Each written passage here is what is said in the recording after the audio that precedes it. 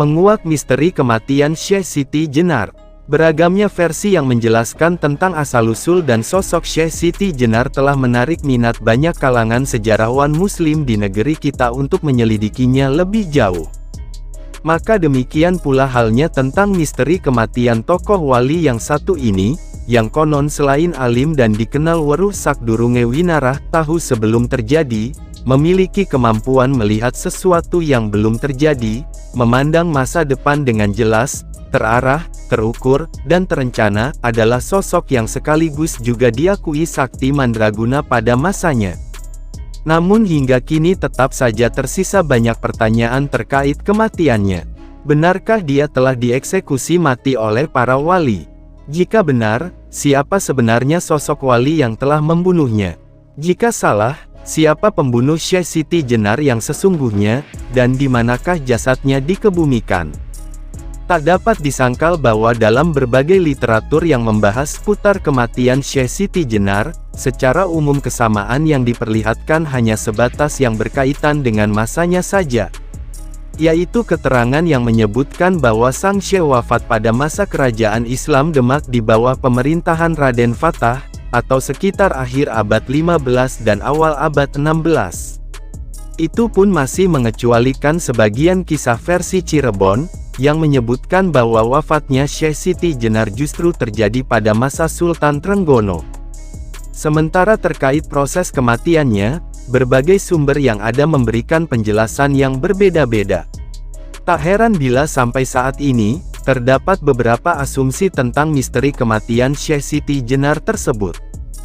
Versi pertama, mengacu pada Serat Syekh Siti Jenar, Ki Sosrowijojo, disebutkan bahwa Syekh Siti Jenar mangkat akibat dihukum mati oleh Sultan Demak, Raden Fatah atas persetujuan Dewan Wali Songo yang dipimpin oleh Sunan Bonang. Bertindak sebagai algojo atau pelaksana hukuman pancung itu adalah Sunan Kalijaga. Eksekusi berlangsung di alun-alun Kesultanan Demak.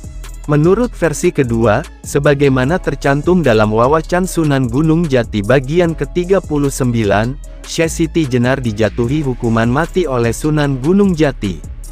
Pelaksana hukuman atau algojonya tak lain adalah Sunan Gunung Jati sendiri, dengan tempat eksekusi di Masjid Ciptarasa Cirebon.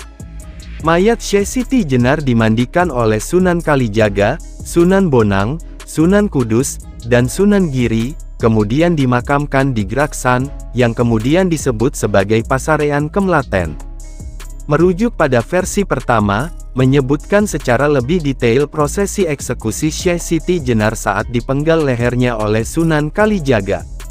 Pada awalnya mengucur darah berwarna merah, kemudian berubah menjadi putih. Saat itulah Syekh Siti Jenar berkata, "Tidak ada Tuhan selain Allah dan Muhammad adalah utusannya."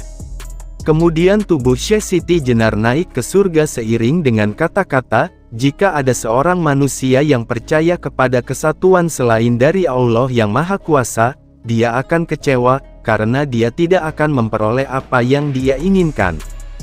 Untuk kisah yang terdapat dalam versi pertama dan kedua masih memiliki kelanjutan yang hampir sama. Sebagaimana dikemukakan dalam suluk Syekh Siti Jenar, disebutkan bahwa setelah Syekh Siti Jenar meninggal di Krendawasa tahun Nirjamna Catur Tunggal 1480 Masehi. Tahun yang tentu saja masih terlalu dini untuk kematian Syekh Siti Jenar, jenazahnya dibawa ke Masjid Demak. Karena saat itu maghrib tiba, maka pemakaman dilakukan esok paginya agar bisa disaksikan oleh raja. Para ulama sepakat untuk menjaga jenazah Syekh Siti Jenar sambil melafalkan puji-pujian kepada Tuhan. Ketika waktu salat tiba, para santri berdatangan ke masjid. Pada saat itu tiba-tiba tercium bau yang sangat harum, seperti bau bunga kasturi. Selesai salat para santri diperintahkan untuk meninggalkan masjid. Tinggal para ulama saja yang tetap berada di dalamnya untuk menjaga jenazah Syekh Siti Jenar. Bau harum terus menyengat, oleh karena itu Syekh Malaya mengajak ulama lainnya untuk membuka peti jenazah Syekh Siti Jenar. Tatkala peti itu terbuka, jenazah Syekh Siti Jenar memancarkan cahaya yang sangat indah, lalu muncul warna pelangi memenuhi ruangan masjid.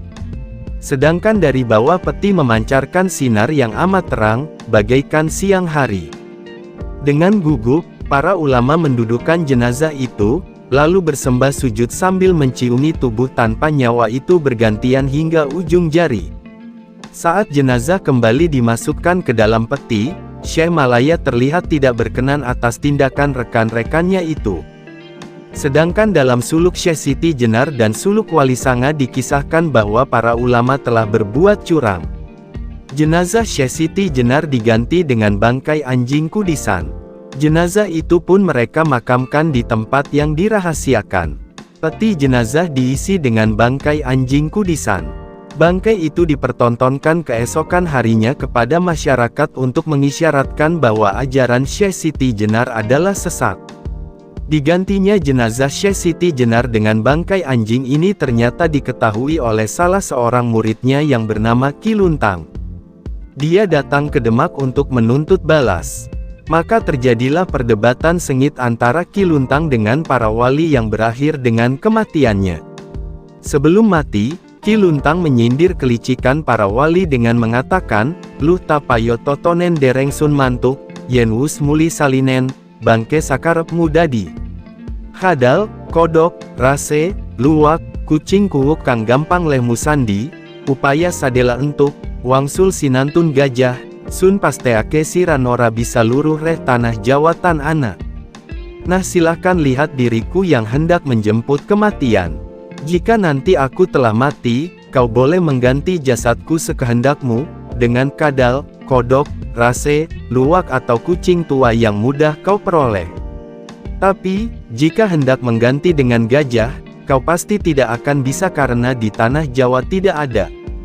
Seperti halnya sang guru, Ki Luntang pun mati atas kehendaknya sendiri, berkonsentrasi untuk menutup jalan hidup menuju pintu kematian.